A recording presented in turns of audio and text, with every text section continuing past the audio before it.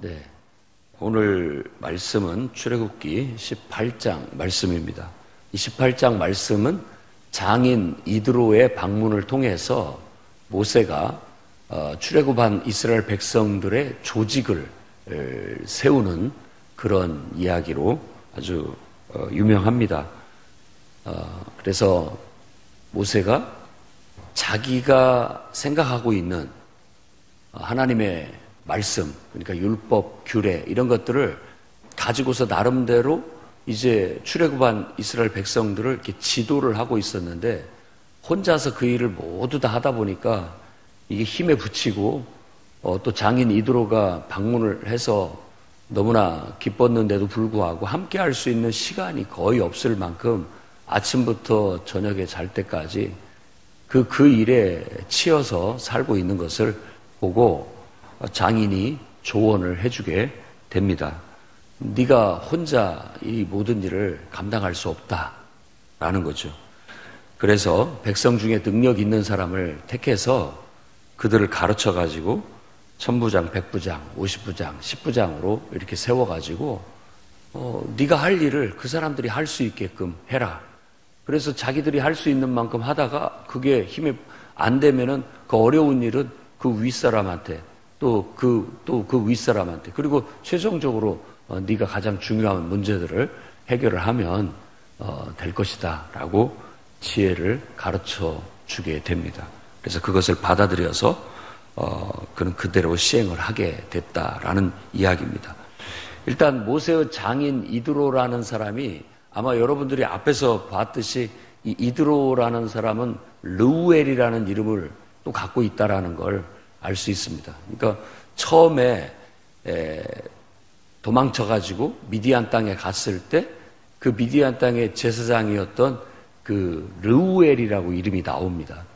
그런데 또 그 뒤에 나오는 바로 그 장인에 대해서 얘기할 때도 이드로라는 이름이 나옵니다. 그리고 사사기에 가면 4장에는 모세의 장인 호밥이라고 또 이름을 합니다. 이 세 개의 이름이 있어요. 이걸 어떻게 해석을 해야 되느냐. 아마 여러분들이 성경에 관심을 갖고 그런 걸 자세히 살피기 시작하면 그런 거에 대한 궁금증을 갖게 될 겁니다. 근데 사실 그런 것들을 명쾌하게 말해주기는 어렵습니다. 왜냐하면 옛날에는 어떤 직책을 이름으로 부르기도 하고 그 다음에 이제 진짜 자기 이름이 있기도 하고 그래서 이 르우엘이나 이드로, 르우엘은 하나님의 친구 이런 의미를 갖고 있거든요. 그래서 그것이 아마 제사장의 그 어떤 우리도 제사장을 다른 어떤 명칭으로 부르듯이 제사장을 부르는 직책의 이름이 르우엘이 아니었겠느냐라고 얘기하고 실제 장인의 이름은 이드로였을 것이다. 그렇게 해석을 하는 경우도 있고 나중에 이제 사사기에 나와 있는 모세의 장인 호밥이라고 하는 것은 호밥은 그 집안 사람으로서 그의 아들 그러니까 자기 처남이죠. 처남으로 처남을 여기서 말하는 이 장인이라는 단어 자체가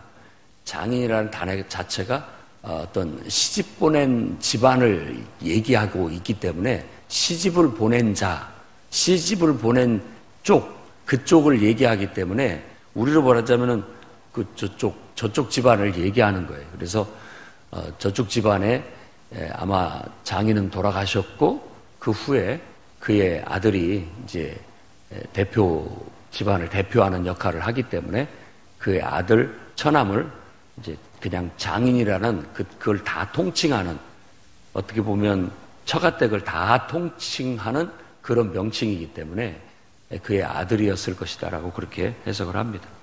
아무튼 이 장인이 미디안의 제사장이었다라는 걸 기억을 해야 됩니다.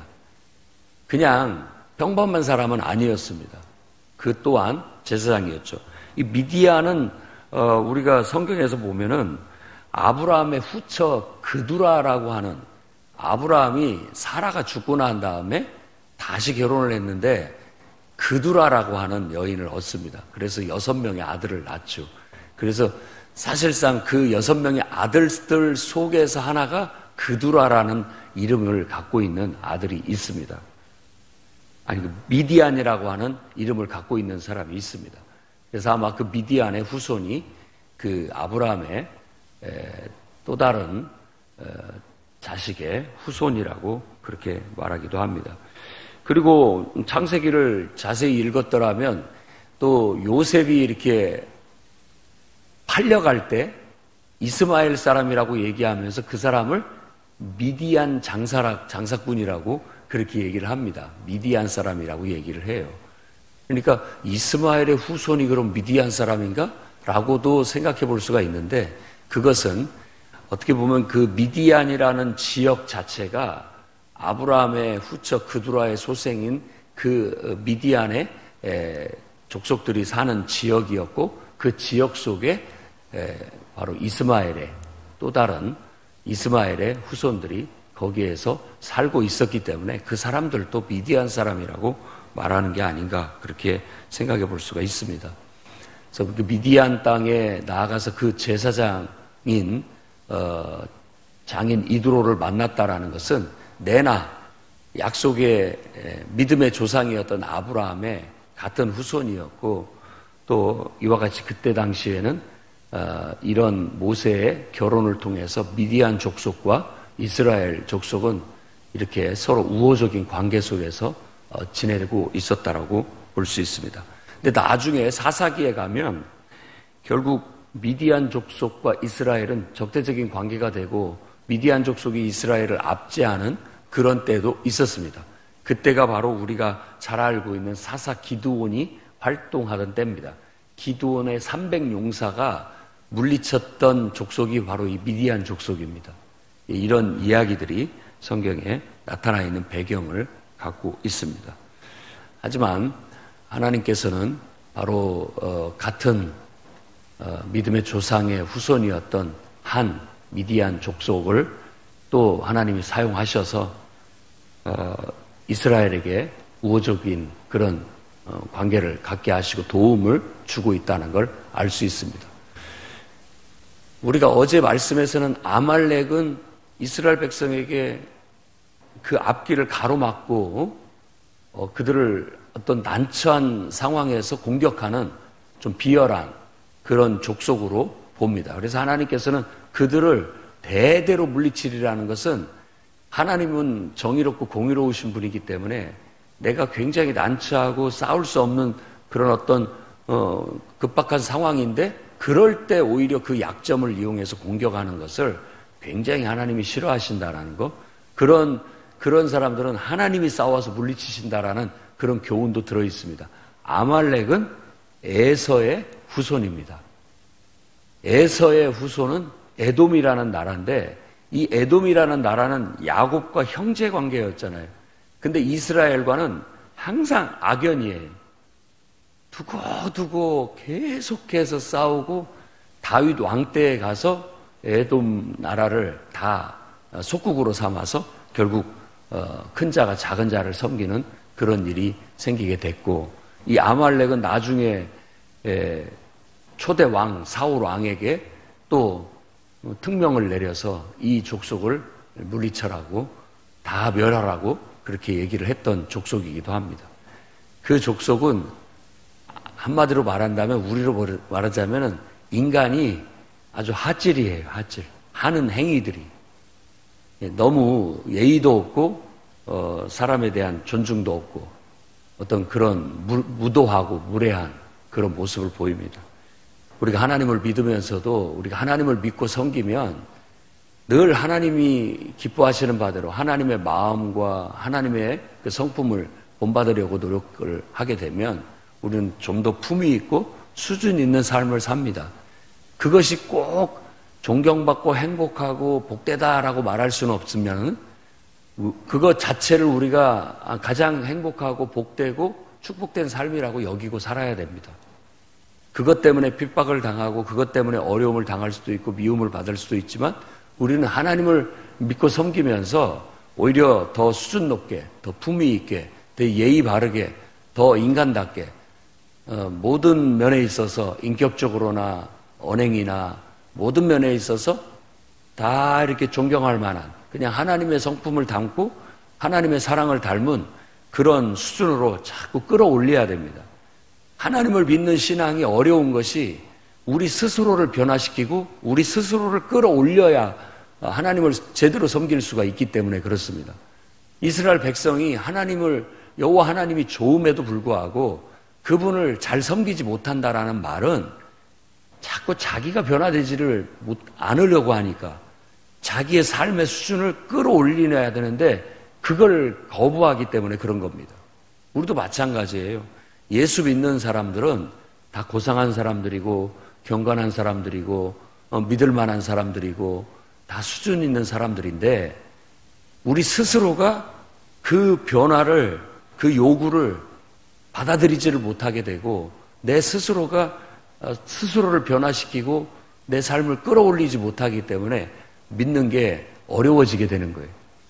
우리 찬송가 부르는 것처럼 그런 사람들은 십자가가 항상 짐처럼 느껴지는 겁니다.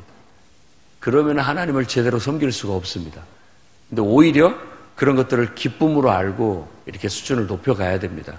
안 그러면 우리도 이 아말렉이나 에돔 이런 나라들처럼 수준 낮은 그런 민족성, 그런 어떤 이미지 이런 것에 고착이 돼서 결국 하나님의 영광을 드러내지 못하고 오히려 가리게 되는 그런 일들도 생길 수가 있습니다.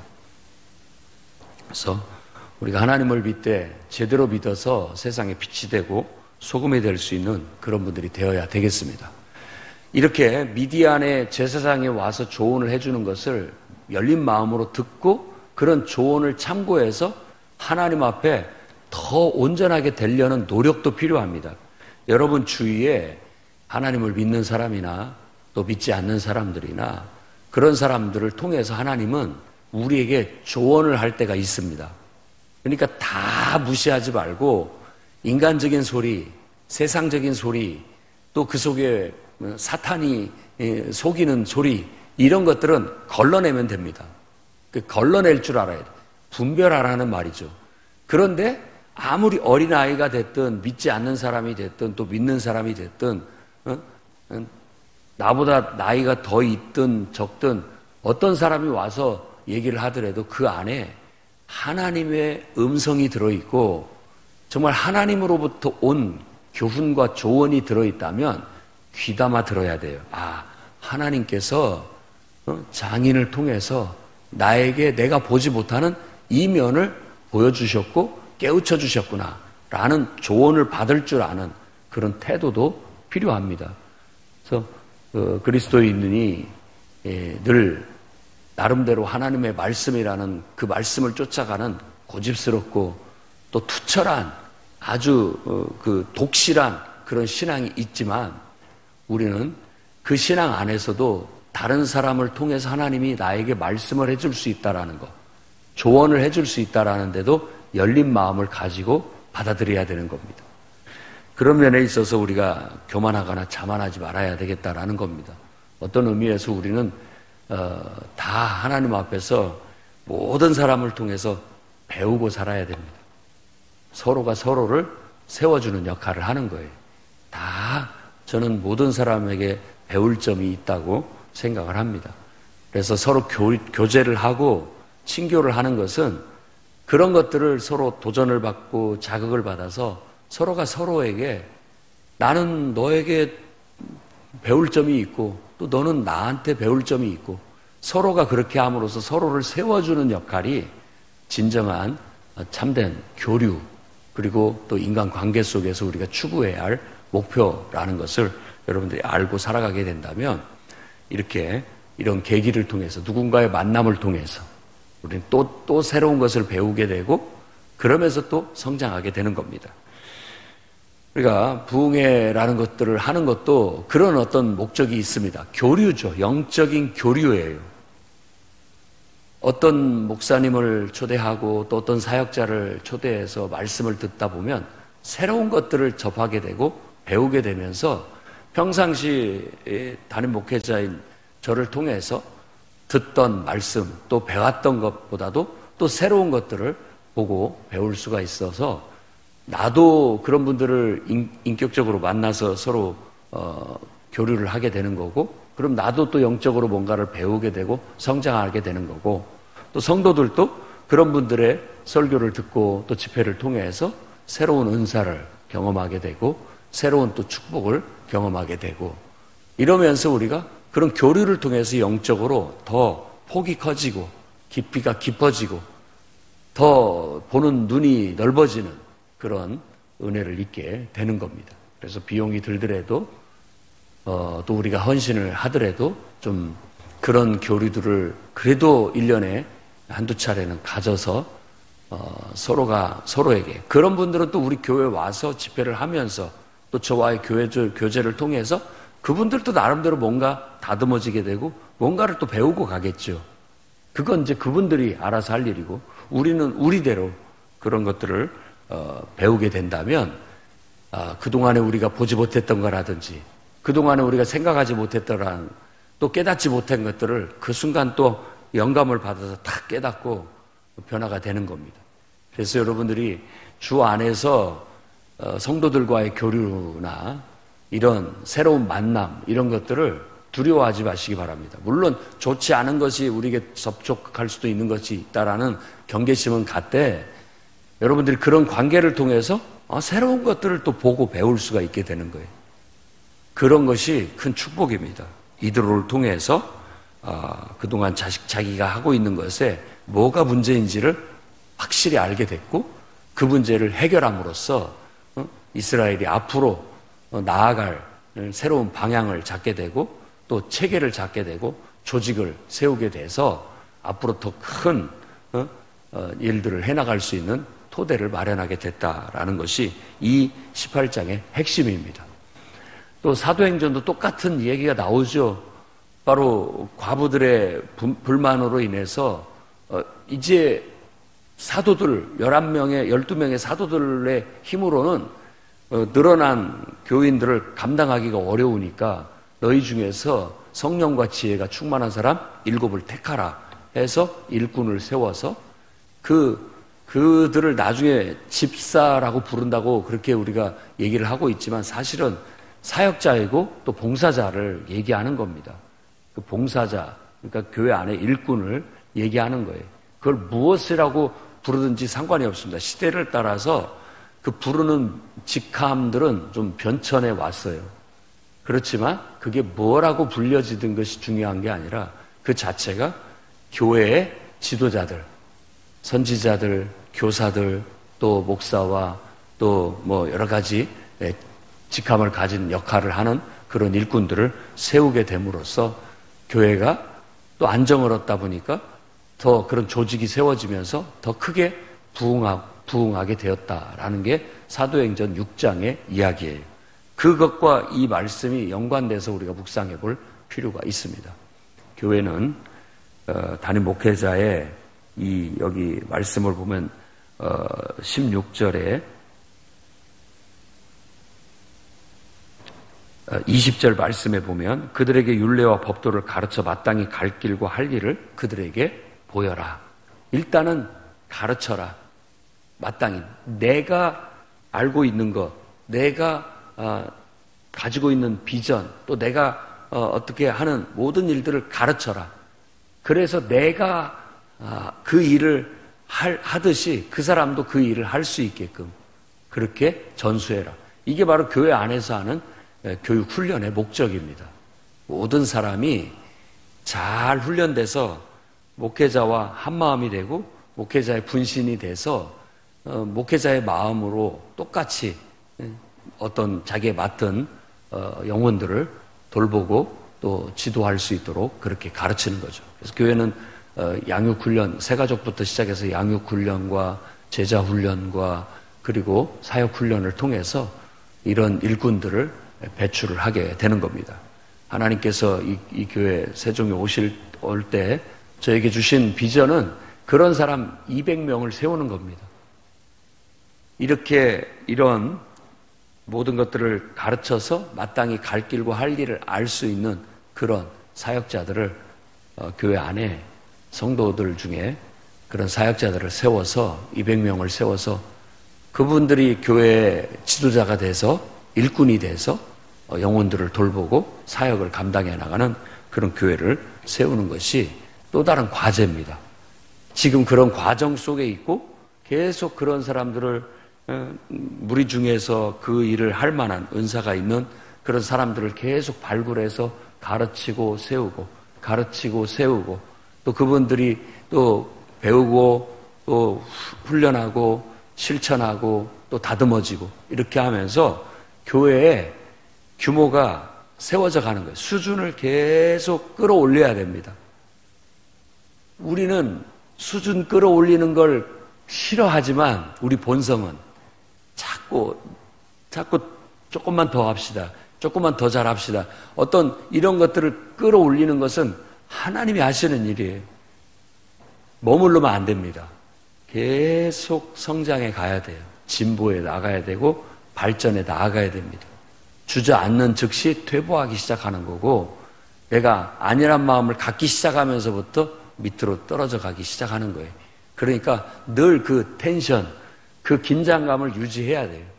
늘 나는 배우고 늘 다듬어지고 조금만 더 나아질 수 있도록 한 걸음씩 앞으로 나아가는 그런 면을 가지고 있어야 됩니다. 이스라엘을 애굽에서 끌어냈지만 그게 다가 아니에요. 끌어냈다면 광야 40년의 기간은 그들을 끌어올리는 기간입니다. 그동안의 세속적이고 세상적인 때 다 빼내고 정말 하나님을 섬기는 하나님 백성다운 면모를 갖추게 만드는 다듬는 시간이에요. 그거 없이 가나안 땅에서 하나님 나라가 이루어질 수가 없기 때문에 그거 없이 천국 백성이 될 수 없기 때문에 우리도 하나님은 늘 여러분들의 현재도 잘하고 있다고 생각하지만 계속해서 하나님은 더 성장되기를 더 끌어올려지기를 바라고 계신다라는 걸 잊지 마시고 여러분 주위에 때때로는 여러분들을 괴롭히는 외부의 적 또 여러분들의 마음을 시험하는 여러 가지 시험들 또 여러분들을 이렇게 조언해주고 곁에서 후원해주고 도와주는 이런 사람들의 도움을 받아서 여러분들은 끊임없이 성장하고 성숙하고 발전해 나가시기를 주의 이름으로 축원합니다. 기도하겠습니다. 거룩하신 주님, 장인 이드로요를 보내셔서 큰 도움을 주시고 조언을 해주신 하나님을 찬양합니다.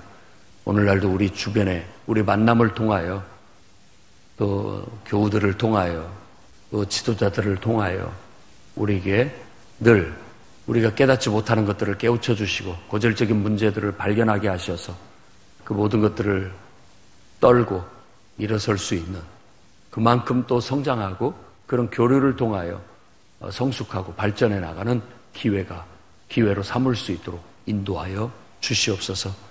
모든 성도들이 하나님의 자녀답게 또 하나님의 일꾼다운 그런 면모로 다듬어지고 성장하고 발전하도록 이끌어 주시옵소서. 예수님 귀하신 이름으로 기도드립니다. 아멘.